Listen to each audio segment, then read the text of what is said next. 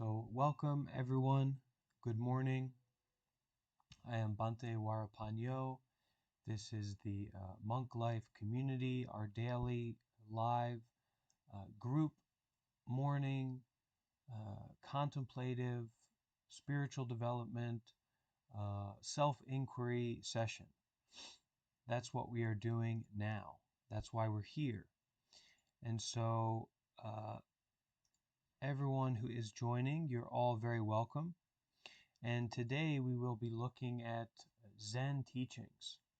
So we'll start off with a reading of a text called Faith in Mind, which is one of the oldest Zen texts. Many of us may know about this word Zen, this idea of Zen Buddhism. Zen Buddhism originated in China. It was called Chan. And so starting with Bodhidharma, there is a list of these masters.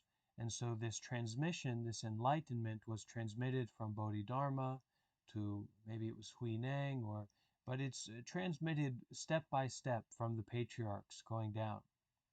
And this text that we'll be starting with is a kind of poetry that really goes to the heart of Zen teaching. People ask, what is Zen? Is it a philosophy? Is it a way of life? Well, what I can say is that it's a lot deeper than our kind of just general vague idea of Zen. It's a very rich, intimate philosophical tradition. And that's right, it is Xing Ming, which I'm probably horribly mispronouncing. So as we get started today, we're going to read through that Zen poem of Xing Ming, the third patriarch, the third master in the Zen tradition. And then we will go into kind of an introduction to practice, to meditation in the Zen style, the Zen Buddhist style. And this will all be facilitated by Venerable Shifu Master Sheng, who is we can call a grandfather of Zen Buddhism in Taiwan, or a grandfather of Buddhism in general in Taiwan.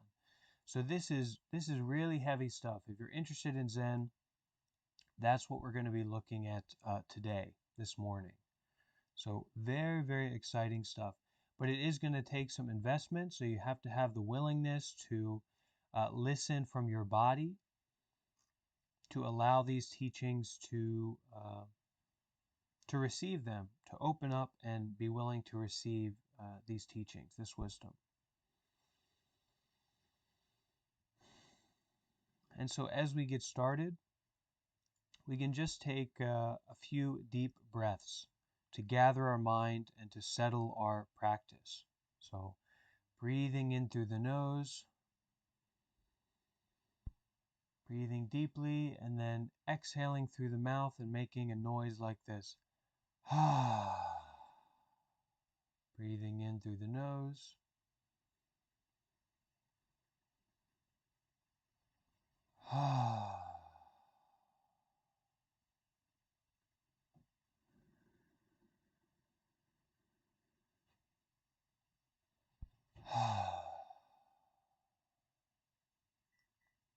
With the spiritual teachings, the nature of reality, the wisdom of the universe,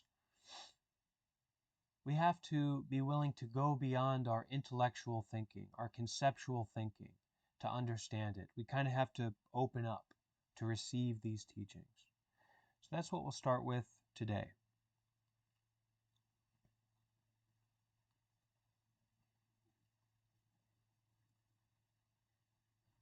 Here we go. And as we read through this in the spirit of community, if someone does want to interrupt, if they want to ask a question as we're going through this, go ahead and use the live chat. You're very welcome to share and express yourself through the live chat. And if it's very poignant, then we might stop and take a look at what you say. All right? Faith in mind. And I may, as we read along, I may add some clarification to some of the terms that may not be clear for people who are new to Buddhism or Zen. The supreme way is not difficult, if only you do not pick and choose. So the way of enlightenment, the way leading to enlightenment is not difficult if you only do not pick and choose. Neither love nor hate, and you will clearly understand. Be off by a hair, and you are as far from it as heaven from earth. If you want the way to appear, be neither for nor against. For and against, opposing each other, this is the mind's disease. Without recognizing the mysterious principle, it is useless to practice quietude. The way, the Tao, nature, is perfect like great space, without lack, without excess.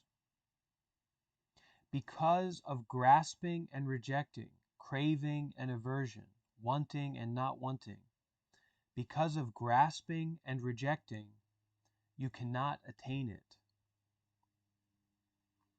Do not pursue conditioned existence. Do not abide in acceptance of emptiness. In oneness and equality, confusion vanishes of itself.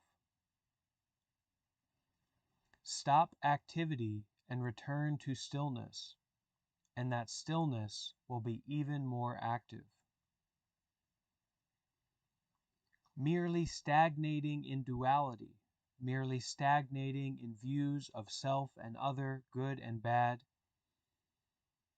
how can you recognize oneness? If you fail to penetrate oneness, both places lose their function. Banish existence and you fall into existence. Follow emptiness and you turn your back on it. Excessive talking and thinking turn you from harmony with the way. Cut off talking and thinking, and there is nowhere you cannot penetrate. Return to the root and attain the principle. Pursue illumination and you lose it. Pursue enlightenment and you lose it. One moment of reversing the light is greater than the previous emptiness. The previous emptiness is transformed. It was all a product of deluded views. No need to seek the real. Just extinguish your views. No need to seek enlightenment. No need to seek absolute truth. Just extinguish your views. Perceptions, ideas, formations. Do not abide in dualistic views. Take care not to seek after them. As soon as there is right and wrong, the mind is scattered and lost. As soon as there is right and wrong, good and bad, the mind is scattered and lost. Two comes from one, yet do not even keep the one. When one mind does not arise, myriad dharmas are without defect. Without defect, without dharmas, phenomena, no arising, no mind. The subject is extinguished with the object. The object sinks away with the subject. Object is object because of the subject. Subject is subject because of the object.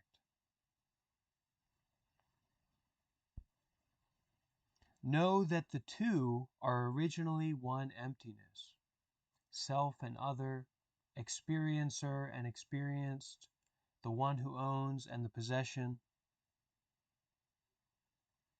The subject is extinguished with the object sinks away with the subject. Object is object because of the subject. Subject is subject because of the object. Know that the two are originally one emptiness.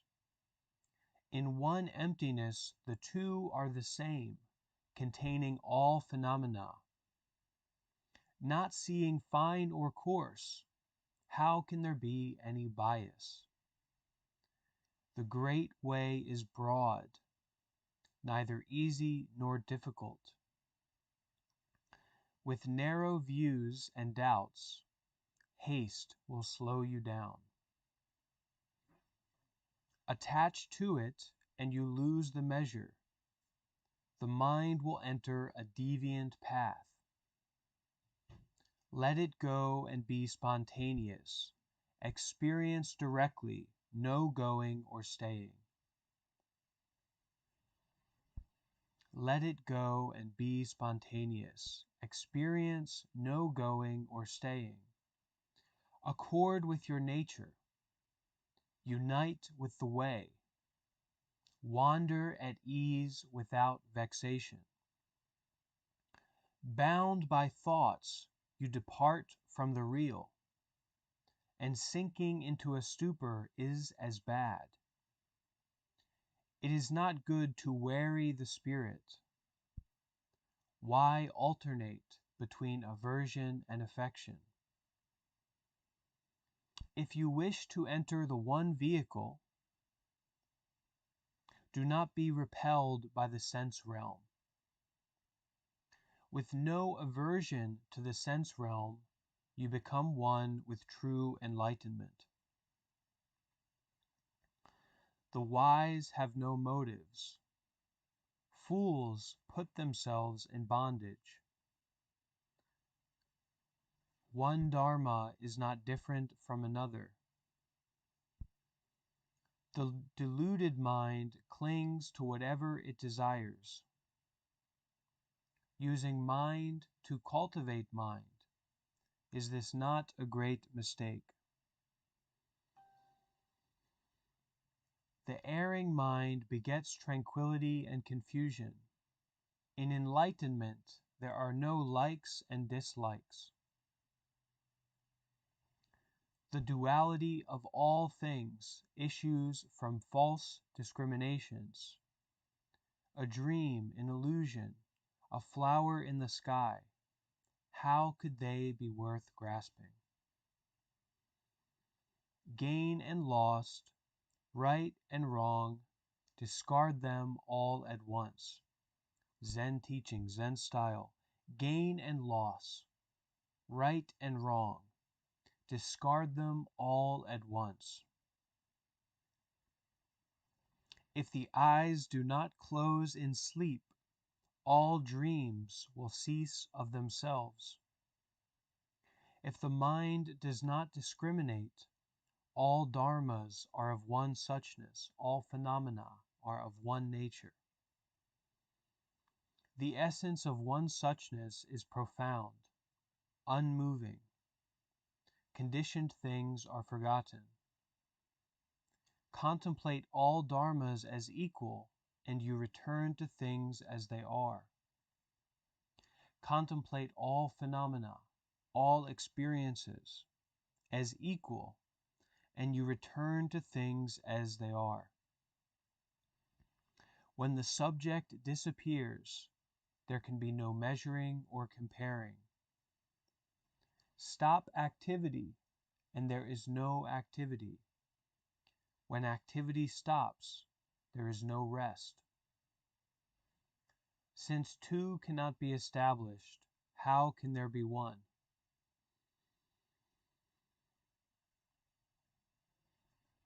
In the very ultimate, rules and standards do not exist. Develop a mind of equanimity, openness, balance, non-judgmentation, and all deeds are put to rest. Anxious doubts are completely cleared. Right faith is made upright. Nothing lingers behind, nothing can be remembered. Bright and empty, functioning naturally, the mind does not exert itself. It is not a place of thinking, difficult for reason and emotion to fathom. In the Dharma realm of true suchness, there is no other, no self. To accord with it is vitally important. Only refer to not to. Only refer to not self and other, not separate, not subject and object. If not to, all things are in unity. Nothing is excluded. The wise throughout the 10 directions all enter this principle. This principle is neither hurried nor slow. One thought for 10,000 years. Abiding nowhere yet everywhere, the 10 directions are right before you. The smallest is the same as the largest in the realm where delusion is cut off. The largest is the same as the smallest. No boundaries are visible. Existence is precisely emptiness. Emptiness is precisely existence. If it is not like this, then you must not preserve it. One is everything. Everything is one. If you can be like this, why worry about not finishing? Faith and mind are not two. Non-duality is faith in mind. The path of words is cut off. There is no past, no future, and no present.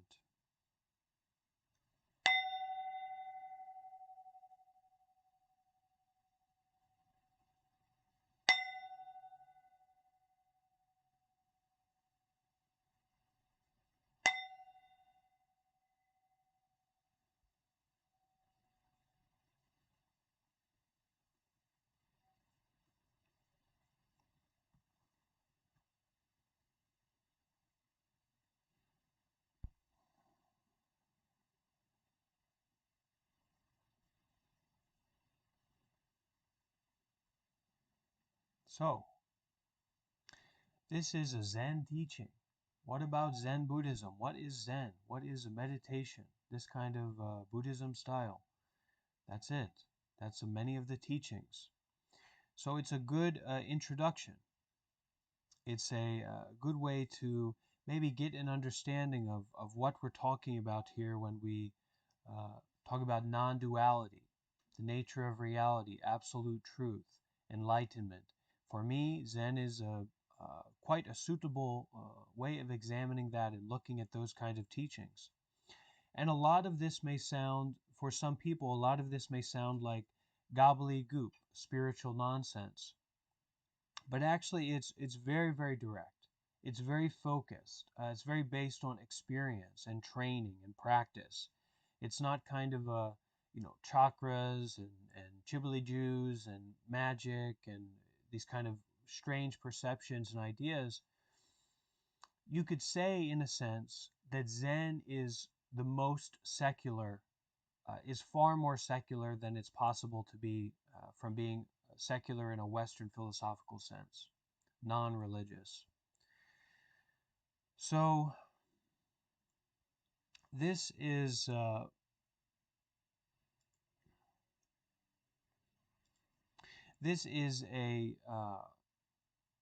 practice and a training, not just something to believe.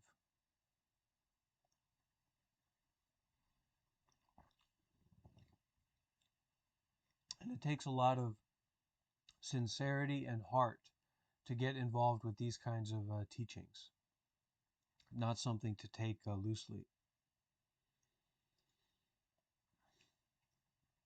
All right, so we've been introduced through the poem, this long form poem of traditional Zen teachings, and now we're going to continue with our practice here with a more direct teaching from Master Sheng on meditation, the practice, the Zen practice from a practical sense. So we can take a few mindful breaths, gathering our attention, bringing to mind that this is a live event, this is a community happening. So it's not something that we can necessarily watch passively. That's not the intention here, but we're engaging, we're practicing together. We can't all see each other, we can't all hear each other, we're not in the room together, but there's the spirit of it is there, the spirit of that community practice as we read through this. And if you're interested in meditation, if you're interested in Buddhism, if it's something that's piqued your curiosity and you've said, well, hey, I'm interested in that. From my perspective, what I can say is that these are very, very direct teachings. This is the marrow of Buddhism. This is the marrow of spiritual teachings. Most people aren't interested in this kind of stuff, but for those that are, this is a good opportunity. And I include myself, I'm talking to myself. I'm talking to myself as much as I'm talking to anyone else. Maybe much more so talking to myself. So I'll try to follow my own advice as we utilize this body to vocalize the reading that we're about to begin. Okay, any objections in the live chat before we get started here? Any protests?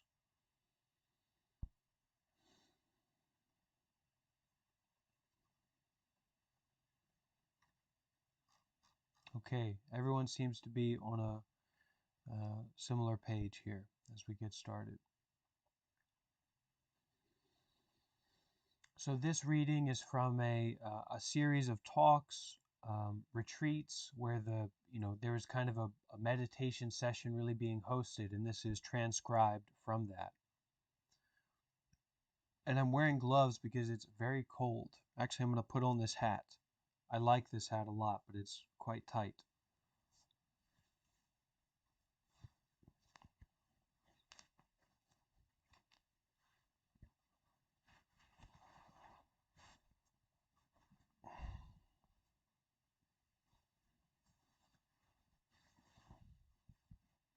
Okay, close to your mouth, all the way up to hear me. Okay, maybe I can edit. I don't want to take too much time here. All right, so we're going to have to do it like this, and I'll try to speak loudly. I'll try to speak at a good voice. All right? Let's get started, okay? And let's do our best to listen. Embarking on the practice from the first part of the poem that we just read. Maybe we'll do a bell as well to get started here.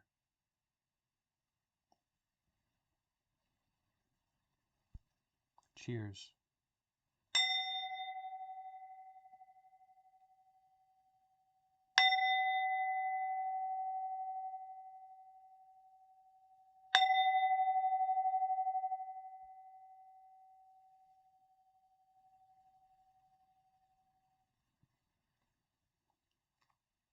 And as we read through this, we can give extra attention to the physicality of our body. So we feel the breath coming in, we feel the heart beating, the general sense of the body, maybe some pain. This can help us stay grounded and really listen deeply. Embarking on the practice. The supreme way is not difficult if you only do not pick and choose. Neither love nor hate, and you will understand clearly. Be off by a hair, and you are as far from it as heaven from the earth.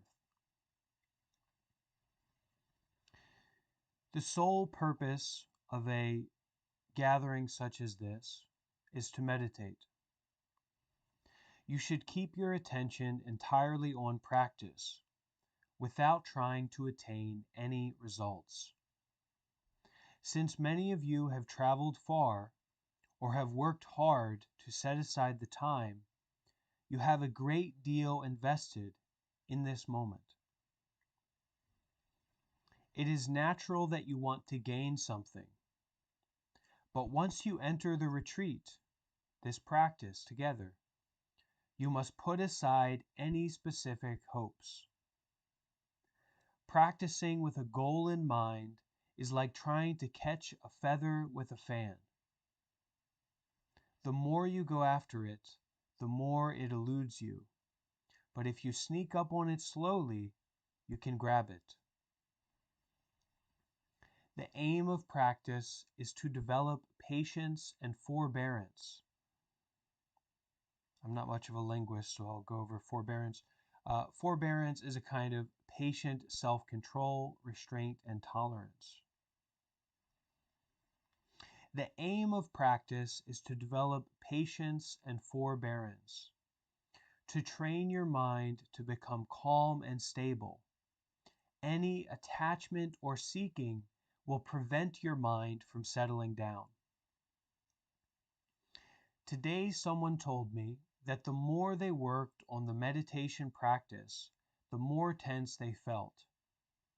It was as though his mind had become knotted up.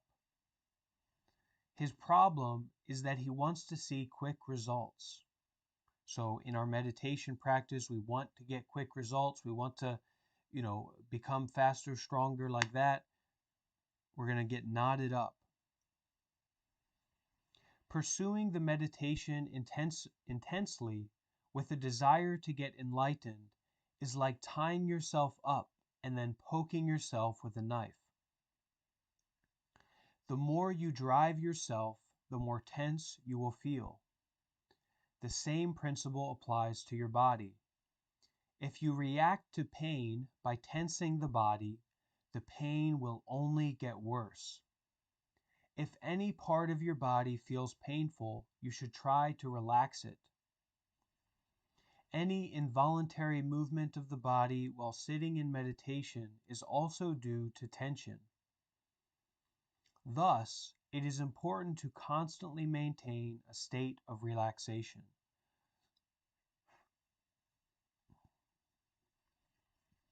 Related to this are the problems that may develop from fixing your attention on a particular part of the body. For instance, some people try to make their breath flow smoothly, but in trying to control the breath, it becomes abnormal. Don't pay attention to any phenomena that occurs in the body. If you are concerned with it, the problems will arise. Now, that doesn't mean not to be aware. Of course, we're being aware of the body. We're noticing what comes up in the body, but not paying attention, not investing in any phenomena that occurs in the body, painful or pleasant. If you are concerned with it, if you are invested in it, problems will arise. It is the same with the mind. You will be unable to practice unless you disregard everything that happens to you mentally. If you feel distressed or pained in any way, just ignore it. This is a kind of equanimity, and this is not a rejection. This is a being aware of, but not investing in, not pursuing, not buying into. And so we can say that we are ignoring it, but we're not rejecting it. So if you feel distressed or pained, hey there, Michael. If you feel distressed or pained in any way, let it go and return wholeheartedly to the method. So a very common method that we practice with in meditation is to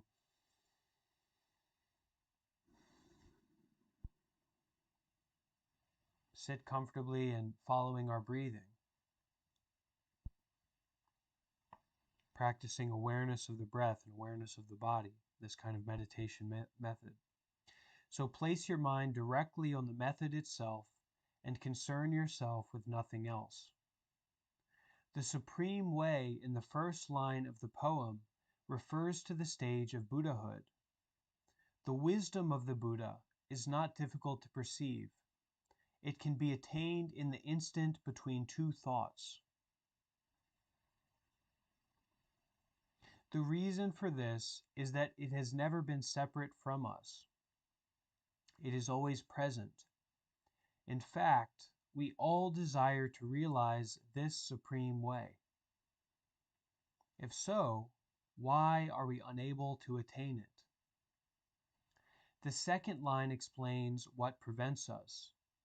It is because we are always trying to escape our vexations, our difficulties, our pains. Precisely because we want to acquire the Buddha's insight and merits, we are unable to perceive Buddha nature. Buddha nature is this awake, open, clear quality of reality at this moment. So we all have Buddha nature. In some sense, we are all totally awake. It is only because of our false thinking, our attachments, our negative habits that come up that we buy into, that we don't realize or perceive our Buddha nature, our inner capacity for moment to moment waking up.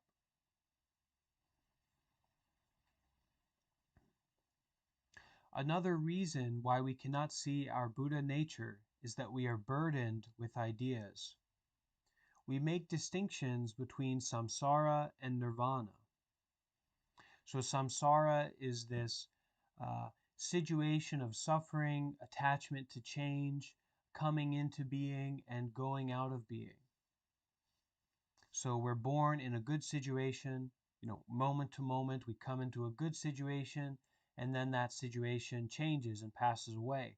And because of our clinging, our attachment to expectations, to what we want, particular kind of want, we're going through this cycle of birth and death. Basically, phenomena changing moment to moment with this sense of self-attachment to it. So samsara is this cycle of coming into being and going out of being with our expectations, our desires, and aversions.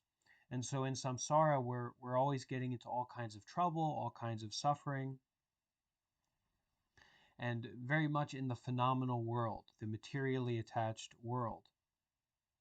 And then nirvana is this liberation, this state of non-conditional, open awareness, non-attachment. So phenomena are still happening. We're still experiencing things, but that clinging, that self-attachment, expectation aspect of it is no longer there. So that's what we call nirvana. Thich Nhat Hanh translates this as well-being. So it doesn't need to be some very fancy spiritual idea. So another reason why we cannot see our intrinsic awake nature, our intrinsic peace nature, is because we are burdened with ideas. We make distinctions between samsara and nirvana. Sentient beings and the Buddhas, so beings that are trapped in the world of attachment and suffering versus Buddhas, enlightened beings, beings that are liberated. Vexations and enlightenment. So making these distinctions, because we make these distinctions, these ideas obstruct our perception of Buddha nature, absolute truth, reality as it is. Obstructed because of our false thinking, so we cannot see clearly. A fog in front of our eyes, a smog, if you will. To paraphrase lines 3 and 4, as soon as you discard your likes and dislikes, the way will immediately appear before you. So the spiritual path, the path of absolute truth, Buddhist self-development, as soon as you discard your likes and dislikes, the way, the Tao, reality, will immediately appear before you. Here, Sheng has something in common with Tao Xin, the fourth patriarch, and Hui Nang, the sixth patriarch. These are referencing these kind of heads of the Buddhist Zen school. The latter two frequently said that when you stop discriminating between good and evil, you will immediately perceive your original face. And in Zen, that original face refers to our Buddha nature, our awake nature, our kind of moment to moment natural capacity to wake up. We're dreaming. Sometimes it's a very pleasurable dream. Sometimes it's a very painful dream or a boring dream. But that moment to moment waking up is our original face. In other words, you will understand the supreme way when you let go of your likes and dislikes.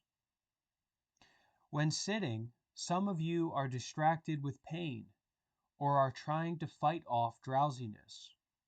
At night, maybe you are angry at someone who is keeping you awake with their snoring. But instead of letting it annoy you, just observe the snoring. Just observe this phenomena, this experience that's happening that's causing you distress. Soon, the snores may become hypnotic and repetitive, actually pleasant sounding. So our relationship to these phenomena is what makes them pleasant or unpleasant. Nothing is inherently bad. Nothing is inherently unpleasant. If you start counting the snores, before you know it, you will be asleep. On the other hand, becoming attached to a certain pleasurable experience in meditation can also be an obstruction. One student I had would rock her body during sitting meditation. She felt that she had no control over the shaking. It just happened spontaneously. Actually, this was not caused by any physical tension, but by a subconscious motive. The rocking was comfortable to her. You cannot practice effectively if you give in to such things. By examining them, you will be able to control the mind. Holding on to various likes and dislikes keeps you apart from the way. Discarding them will bring you in accord with the way. So we find that we get into this anxious, closed off, cranky kind of state. And why are we in that state sometimes? What is the main factor that makes us abrasive, upset, angry, unpleasant to ourselves and to others? We feel not so good. It's because we're acting in accordance with our likes and our dislikes. We want things to be a certain way and we don't want things to be a certain way. We wake up and we want everything to be peaceful and we want to go back to sleep and be warm in our bed. And we don't want someone to be sitting next to us chanting loudly, to wake up to someone else chanting, or for it to be freezing cold. We don't want that. And so because of our relationship to that phenomenal experience, because we are acting in accordance with our likes and dislikes, we're making all kinds of problems for ourselves. If we're able to shift the mind, to make a change in our stance and let go, discard those likes and dislikes, we can begin to live our lives, eyes wide open. We can step into the Buddha way.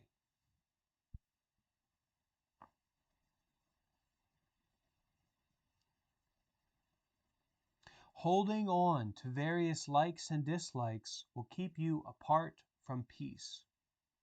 Discarding them will bring you in accord with the way.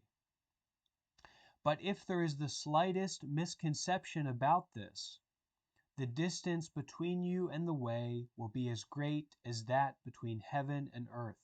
So it's kind of a subtle situation. Not as simple as, oh, it's like that, and you're enlightened. Well, maybe for some people it is, but it's subtle. Don't misinterpret this and think that since you are not supposed to attach to likes and dislikes, you should therefore not cultivate the way. With this attitude, it is useless to come on a meditation event, meditation practice. It's useless to practice. When you set out to practice, you will definitely have a goal in mind. You may be frustrated with your present condition and aim either to change yourself or to improve your circumstances. Certainly, there is something you hope to achieve by practicing. You cannot just practice aimlessly. So practice itself implies some intention or desire. To fulfill your original intentions, you must constantly keep your mind on the method of practice. So to practice, we have to constantly redirect, constantly shift, constantly come back. That intention or that idea in and of itself, that desire, is not going to practice for us, no matter how big it is. So to fulfill your original intentions, interest, will in regards to practice, self-development, you must constantly, in the practice itself, you must constantly keep your mind on the method of practice. But as you focus on the method, you should not be thinking of what you want to accomplish, what level you want to reach, or what problems you want to get rid of. Instead, your mind should be exclusively applied to the method itself, free from all other motives. This is a frame of mind that most people are not accustomed to. We want something and then we act in accordance with getting that thing. And as we're acting in accordance with getting that thing, we're doing it because we want that thing. And that's why we're doing it. In meditation, the frame of mind is different. It's a different approach. So that moment to moment, as we focus on the method, maybe it's mindful breathing, maybe it's awareness of our body, maybe it's a chanting, maybe it's counting the breath. As you focus on that method of meditation, that practice, whatever it may be, you should not be thinking of what you want to accomplish, what level you want to reach, or what problems you want to get rid of. Instead, your mind should be exclusively applied to the method itself, free from all other motives, moment to moment. This is a frame of mind. This is a stance that we're taking, that we're coming back to. Because naturally in our meditation or anything, we're going to get caught up in our motives. We're going to get caught up in, oh, I want this, I don't want that. I'm ready for my cheeseburger, I'm ready for my Mountain Dew. And that's part of the practice, is to notice that and then shift. Your mind should be exclusively applied to the method itself, free from all other motives. There is a saying that is useful for practitioners. Put down the myriad thoughts. Take up the practice.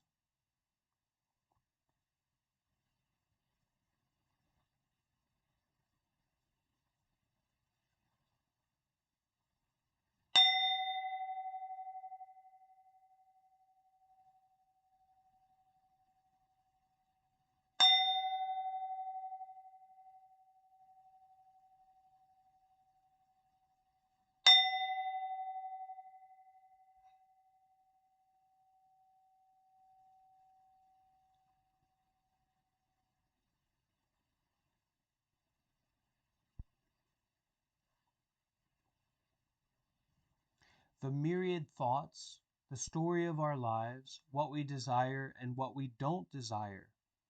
The myriad thoughts are scattered, random, extraneous concerns. Endless nonsense, endless attachment, endless desire. The practice is your method of cultivation. When your mind wanders to extraneous concerns, to concerns that are irrelevant or unrelated to this present experience and your practice, put them down as soon as they appear. But should you treat the method in the same way as a wandering thought, putting it down as soon as it appears? So our meditation practice, our study, our coming together as a group. So should you treat the meditation method in the same way as a wandering thought, putting it down as soon as it appears? No. From moment to moment, put down extraneous thoughts and return your mind to the method of practice. One time I asked a student, "Are you having many extraneous thoughts?" He replied, "Not too many." I said, "I bet I know one of them. You're thinking of your girlfriend all the time, aren't you?" He retorted, "How can you say that?" After the retreat, he said, "Originally, I wasn't thinking of my girlfriend at all. But after Shifu mentioned her," and Shifu means a master teacher who's guiding us now through the grave or from the spirit realm. He's dead now. "I told him that he hadn't seen through his problem yet. He may have thought that his mind was not on his girlfriend, but his concern was still there. Perhaps you try to put down extraneous concerns, irrelevant, non-practical concerns at this moment, but find that you just can't. Every time you put one down, it comes back again. This upsets you. You keep telling yourself, 'Put it down, put it down.' Actually, it doesn't matter if you can't put it down. If you eventually get to the point where you say to yourself, 'It doesn't matter if I can't put it down,' then you will be putting it down. You should not fear failure, neither should you embrace it. You may conclude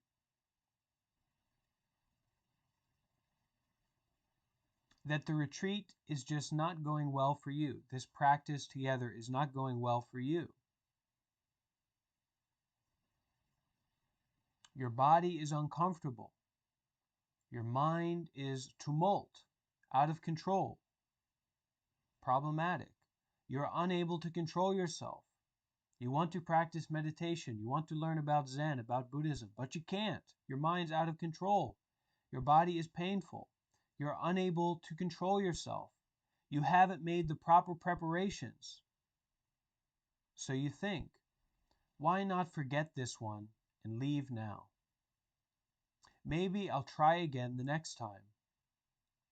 But don't succumb to this defeatist attitude. A Chinese proverb says, 100 birds in a tree are not worth one bird in the palm. If you let go of that one bird to go after the 100, you will end up with nothing. Even though you feel unprepared and doomed to failure, being here still represents a wonderful opportunity to practice.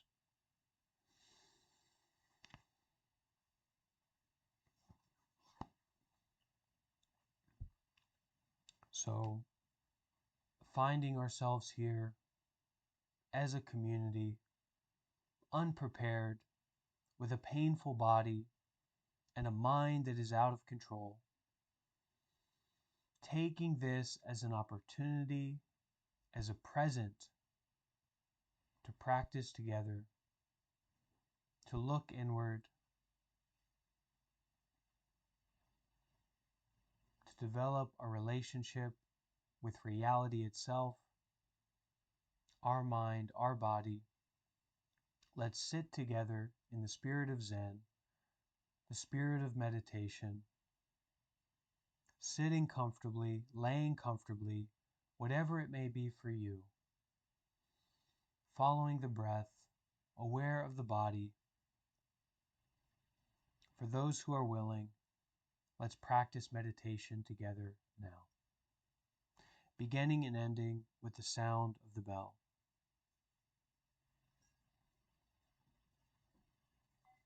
And it's understood some people won't be able to stick around for the practice. If that's you, don't forget to like and subscribe. See you next time. Here we go.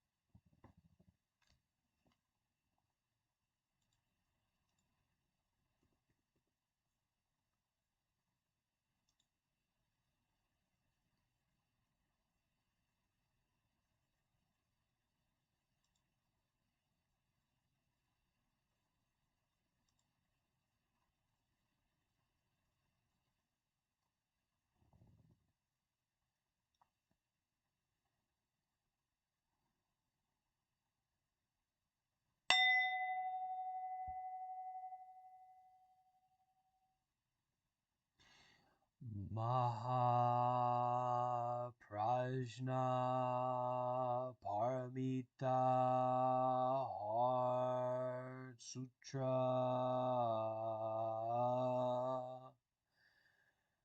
When the Bodhisattva Avalokiteshvara was coursing in the deeper Prajna Paramita, she realized that all the five skandhas are empty, thereby transcending all sufferings. O Shariputra, form is not other than emptiness. Emptiness not other than form. Form is precisely emptiness, and emptiness precisely form. So also are sensation, perception, volition, and consciousness.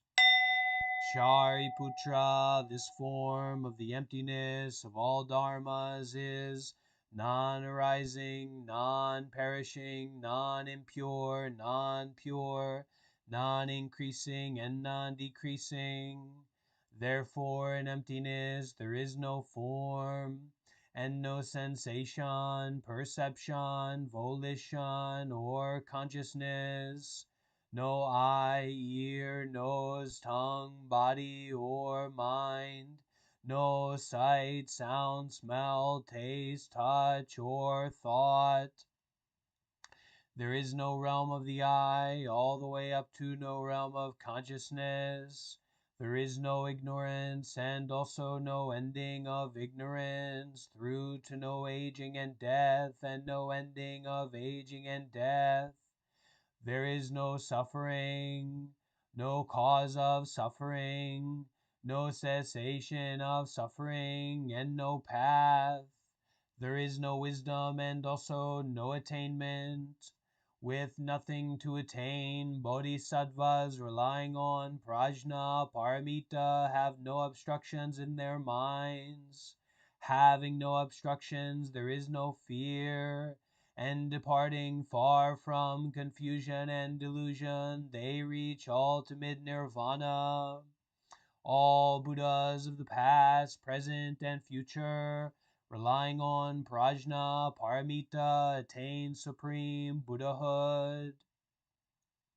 Therefore, the prajna paramita is the great mantra of power, the great mantra of wisdom, the supreme mantra and the unequaled mantra which is able to transcend all sufferings. It is real and not false. Therefore, he uttered the mantra of prajna paramita by saying, Gatte, gatte, para samgatte bodhishva.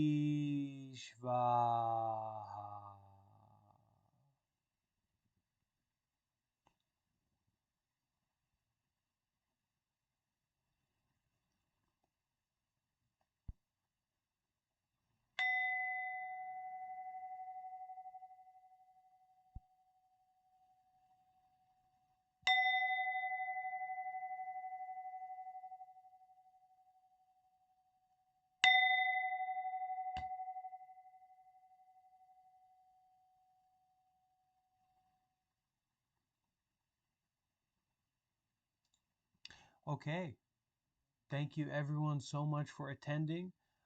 This morning, this Californian morning, was a real treat for me. I'm so grateful and so thankful for everyone gathering here today as a community. This is actually one of the, I think, the biggest streams and the biggest events we've had since the Monk Life community got started through Discord. So really, very grateful to everyone, and we will continue to host these practices together. And I think we'll continue looking at this book and this teaching from Master Sheng Yen as a part of our regular readings. All right. So very thankful, very grateful to everyone, and um, see you again soon. Okay, we host these sessions daily at 8 a.m. And also, if you feel that this community, these kinds of events can bring benefits to others, please invite them to come and practice, and maybe they can get some benefit. All right. And everyone who comes towards the beginning and stays for the whole time, I'm just so grateful for all of you. It's so wonderful. That's a powerful activity to come together for this kind of practice. So, all right, so I'll end the stream now. And of course, as always, you can reach me through Discord if you'd like to talk about any of the subject matter we covered today. Okay? Be happy, everyone. Have a good day. Have a good life. And transcend all sufferings. Wake up. All right. Goodbye.